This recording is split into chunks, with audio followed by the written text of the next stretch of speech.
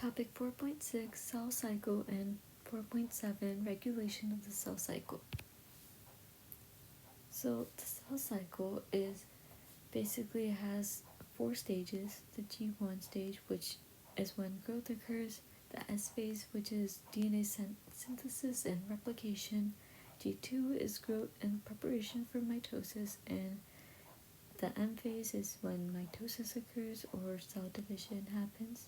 And 90% of the cell cycle is interphase, so the first 3 steps.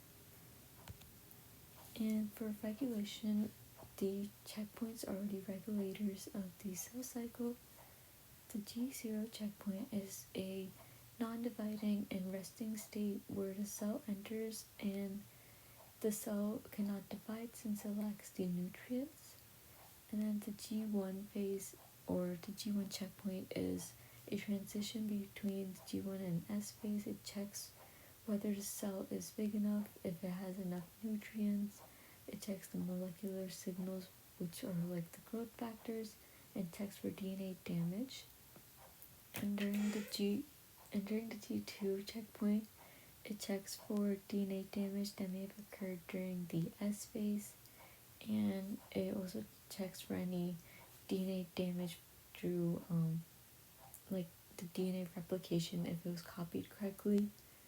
During the M checkpoint or the metaphase checkpoint, it's also known as the spindle checkpoint because it occurs during metaphase of mitosis, and it checks if the spindle is attached correctly. So some cell cycle regulators and like information about cancer is that there are 2 types of cell cycle regulators usually found in cancer: the proto-oncogenes and the tumor suppressor genes. So the proto-oncogenes are positive cell cycle regulators where they regulate the cell division and make sure that normal cell division occurs. But the oncogenes are a mutated or overexpressed proto-oncogenes where they don't really control or regulate the cell cycle, and that leads to uncontrolled cell division, which leads to tumor formation.